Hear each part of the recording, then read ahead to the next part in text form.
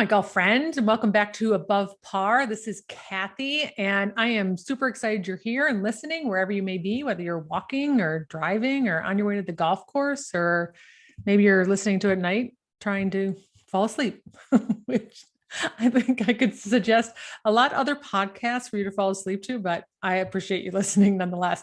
And I'm a little fired up today, I must say. Is you can probably tell by the title of this podcast. I don't usually use words like suck a lot, but I have to myself for sure. And I know a lot of my clients and golfers say it to themselves. Bryson said it last week. And so I want to talk to you today about why you say you suck in golf. And there's three reasons that you actually probably suck. I don't know that that actually came out right. There's three reasons that you might suck in golf, or three reasons that you might think that you suck in golf. And I just want to talk about, I still don't even think I said that the right way, but I want to talk about them with you today.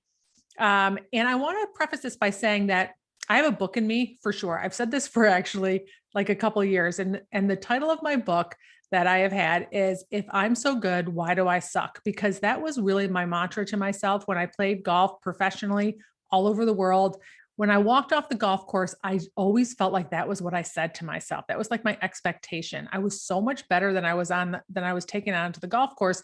And I always told myself I felt like I sucked because I was so much better. I thought I was so much better than I was playing. And I couldn't figure out what was going on, which is why I do what I do today, because I did figure out what was going on. And I try and help you with not having the same experience of that disappointment and frustration of coming off the golf course feeling like you suck, or hitting shots and feeling like you suck.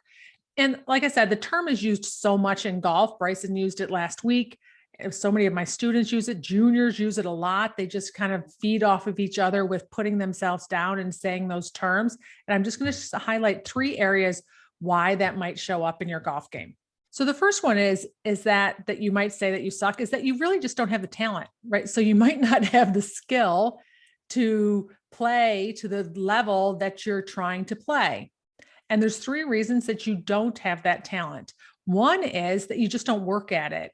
And listen, a lot of you work for a living, right? And this is not your full-time job, and golf is time consuming. And if you're not putting in the time and the practice, if you're not spending the time working on your skill set, working on the weakest part of your game, trying to improve whatever needs to be improved, then that might be a reason why you suck, because you're not putting in the time, and you might not have the time, but let's just be realistic about it. The other reason that you might feel like you suck is that you're working on the wrong things. So if you go and take lessons and you don't listen to your instructor and you don't work on those things, right? And then you decide that maybe I'll go work on this thing over here, you're not working on the right things. If you're scouring the internet for the latest hot swing topic, instructional tip, and you're going out and trying that every week, trying a different thing every week, you're not going to get consistent results, right? You got to stick with something for a while. So many people abandon a swing thought, or abandon their drills, or abandon what they were told in a lesson. They don't allow it to, they don't put in the time to let it show up into their golf game. They go to the next hot thing.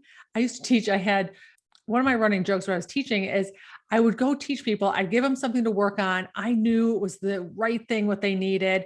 They'd come back, I'd ask them how their things went. And they're like, I figured it out. I'm like, awesome. What happened? Well, I went on the golf course and I was struggling a little bit. I was trying what you told me, but then suddenly I hit a good shot. And when I hit that good shot, I felt this like pressure in my left toe, and then like a little bit of a tinge in my right hip. So now every time I swing, I try and feel pressure in my left toe and a tinge in my right hip. I'm like, what? They're looking for consistency, right? And they sit there, I slice 6 balls and they hit one straight. I'm like, you're consistent. You consistently slice the ball. It's that one straight shot that they hit. They're like, yeah, that's the one I want. And when I did that, I felt this like really funky thing. So every time I swing, I try and feel this really funky thing and pressure in my left toe and a twinge in my right hip. Right?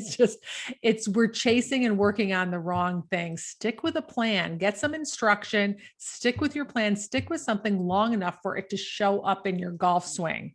So the other reason is that you underestimate the amount of time and work it takes into creating a skill, learning a skill, especially in golf, for you to be able to be consistent with it.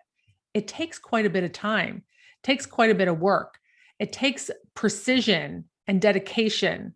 And most people are underestimating the amount of time that it takes for them to own that skill, especially if you are an athlete and you're playing the game and you're like, everything used to come really easy to you. And then you go out and you play golf and you're like, yeah, I should have it by now. Like, I'm good. I'm an athlete. I can do these things, or I'm smart. I'll figure it out.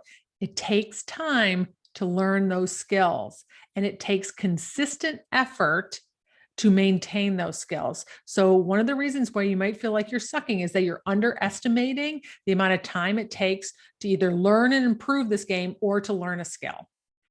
Okay, so the second reason where you might feel like you suck is that your mental game sucks. And this is what I coach now. I spent a lot of time coaching the golf swing, which is 10% of the game. And now I coach the 90% of the game, the area where you can make the quickest improvement in your score. So you might feel like your mental game sucks. And really, when I say that, what I'm saying is that you have a mismanaged mind. And the definition of a mismanaged mind is that you don't understand where your thoughts and emotions are coming from or how to manage them. And most people on the planet have mismanaged minds. Like I said, I played many years on the professional tour with a mismanaged mind, for sure. I did not understand any of it. A couple areas where your mind is mismanaged is one, like I mentioned, that is your thinking. You either don't know what you're thinking, you're not paying attention to it, or you're not understanding how it has such an impact on your game. That's your number one step, is to start to be really aware of what you're thinking. I coach some people who, when I ask them what they're thinking on the golf course, they're kind of blank and they don't know what's going on in there. So, and they're being their brain. So your first step is always to start to be aware of what you're thinking on the golf course. Or you might notice that you have lots of thoughts and you can't quiet them. So it's one extreme or the other. Either we have no clue what we're thinking, or we have so many thoughts that we get overwhelmed and we don't know how to manage all of them. The second area is that you don't know how to control your emotions. And Bryson talked about this in his apology last week, how he's working on his controlling his emotions. I've made plenty of posts and made comments that he doesn't understand where his emotions are coming from. Therefore, he can't control them. So your emotions matter on the golf course because you take every action or inaction that comes from an emotion that's on and off the golf course. Everything we do is driven from emotion, right? So anger is a great example. If you're angry, what happens is your actions over the golf ball are you're going to be squeezing the club a little bit tighter. You might swing faster. You might swing harder. And that is not your best swing. So that is not going to create a very good result for you. If you don't know how to manage that anger and frustration, then you're going to be taking a lot of swings that are less than your talent level.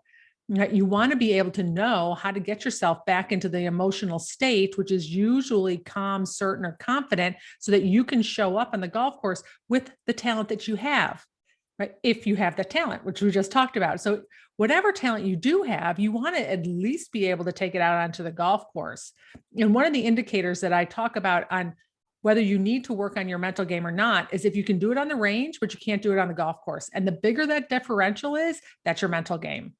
Besides, I would include how you treat yourself after a round. That can also be your mental game. Like if you're beating the heck out of yourself and saying you suck all the time, that's also your mental game, right? That's your thoughts, managing your thoughts and emotions and how they affect you and your life and your quality of your life. The other area is that you might have beliefs about yourself or your golf game that are kind of like a cloud over the whole round. Right. So I talked about what your thoughts are over the golf ball, what your emotions are over the golf ball, but there's also that about your beliefs about yourself or your beliefs about your golf game and your results, your score, how you're going to finish or show up, and all those things that happen when we sign the scorecard that can ride over you over the whole round. Right. And those are things that I talk about how we do one thing, we do everything. So that could be perfectionism, right? Perfectionism doesn't just show up on the golf course. You're probably a perfectionist off the golf course as well. You might have fear of failure, fear of embarrassment, fear of disappointment. You might have expectations that are exceeding reality. But that could be a bigger umbrella that rides over the whole round and how you treat yourself after the round. So if you have a mismanaged mind and your mental game sucks, that would be a reason why you would feel like you suck. The third area is that you lie. I'm not calling you a liar, but maybe I am. So how we lie to ourselves is Bryson DeChambeau lied to himself, right? The reality of it, he doesn't suck, right? That's a lie. It's a lie that he told himself, that he put himself down. And we do that to ourselves. Like, he's a very good golfer. How many people on the planet would take his golf game? How many people on the planet would have taken the way that he drove the ball? Right? Him saying that he sucked is not actually true. He doesn't suck. His golf didn't suck. There's plenty of people who would have taken his golf game. So we have a tendency to lie to ourselves. I also have coached a lot of people who hit or played with a lot of people who hit it 15 feet from the pin. And then they sit there and say, that sucked. I'm like, how did that suck? Well, I hit it on the bottom of the club, or I hit it on the toe, or I wasn't very solid, or I didn't feel very good over the ball, right? The reality is that didn't suck, right? And you saying that you suck or it sucked is a lie. That's not the truth. So we lie to ourselves about the reality of the result. The other way that we lie to ourselves is about the reality of your skill set. So I encourage people to go to the range and hit 10 balls with all the different clubs and different shots, and then figure out the number of shots that you hit in that range or on that green, or how many putts you made. So let's say we were going to talk about putting, and let's say it was a 4-footer, and you dropped 10 balls on the green from different spots from 4 feet away. And then you counted how many you made. And let's say you made half of them. You made 50%, you made 5 out of 10. Right? So the realistic part of your game is that you should expect to miss half of the 4-footers on the golf course. And that would be amazing if you took all of your talent out to the golf course. I usually tell people it's going to be a little bit lower than when you're on the range, totally relaxed, no pressure, right? A pretty predictable surface, and lie, and the green, right? All those things. Right? It might be a little bit lower on the golf course, but let's say I'm going to give you all 50% of them. So when you go on the golf course and you miss a 4-footer and you say, I suck, the reality is, no, you don't. That's a lie, because you're supposed to miss half of these. That's your stat. That's the skill set that you own from my first point about your talent, right? That you got to work on if you want to increase that skill, you got to go up there and work harder on your putting.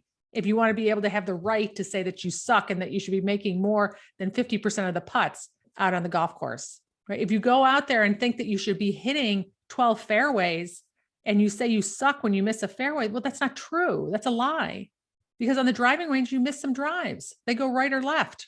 That's the truth. The truth is you miss fairways, right? So we go out there and we tell ourselves a lie, and then we say that we suck. So you want to make sure that your suck is honest, right? If you're saying it to yourself, like, did I really suck? Was that really a bad shot? And am I supposed to hit 12 fairways? How many fairways do I actually hit? How many greens do I hit with this club? How many putts do I make? How many times do I get up and down? How many times do you get out of the bunker and get up and down? How about just out of the bunker? Right? Just get out and get on. How many times can you do that? Depending on what your talent level is. So you want to be honest with yourself and make sure that you're not lying. So you might be saying to yourself, I suck, because you're not telling yourself the truth. Either it wasn't that bad, or it's totally in the range of your misses, how many you're supposed to miss. So there's not too many people who have said, I suck more than me, I think, in competition. And I just want to share this with you to point out that if you're saying to yourself that you suck, if you feel like you suck at golf, it's one of these 3 reasons. Either you just don't have the talent, and then you want to be honest with yourself. Are you putting in the time? Are your expectations about how much work it takes to put in? Are you working on the right things? And then 2 is either that or it's your mental game. You're putting pressure on yourself. You're not showing up the way that you can on the range, and that's your mental game. And you want to put some time into that. Or 3, you're lying to yourself. The truth is, it wasn't really that bad. Truth is that that's actually in my percentages of misses. And the reason why saying I suck matters, or not saying I suck to yourself, right? I don't think I've said the word suck this many times in a podcast or even a conversation. But the reason you want to do that is I've talked about that if you had a confidence seesaw, anything that you say is either tipping you towards more confidence or tipping you more towards doubt. And when you say the words, I suck, it doesn't feel very good. It moves you more towards doubt or lack of confidence, right? You feel worse about yourself in the process. So by saying it, there is no upside to saying it. We do it out of a habit. It's just such a common golf word. So many people say it in the golf world when they're on the golf course. It doesn't serve you, and there is no upside to it. So I encourage you to catch yourself when you hear yourself saying that I suck. It feels crappy. Right? We don't need to feel crappy, because we're doing it to ourselves, because likely the reason that you feel like you suck is coming from one of the three reasons I talked about in this podcast today. So I hope you found that helpful, and I hope you have an amazing rest of your day, or you sleep well if you're listening to this while you're going to bed. I'll talk to you next week. Bye. Hey, if you don't know this, I have a new program out, 4 weeks to fix your mental game. Yes, we can get this done. You come to me with one problem and I will teach you the formula for solving this one mental issue. And then you get to learn that skill and take it to every other aspect of your game, every other aspect of your mental game. So if you're interested, you want to head over to masteryourgolfbrain.com and let's get to work. I'll see you there.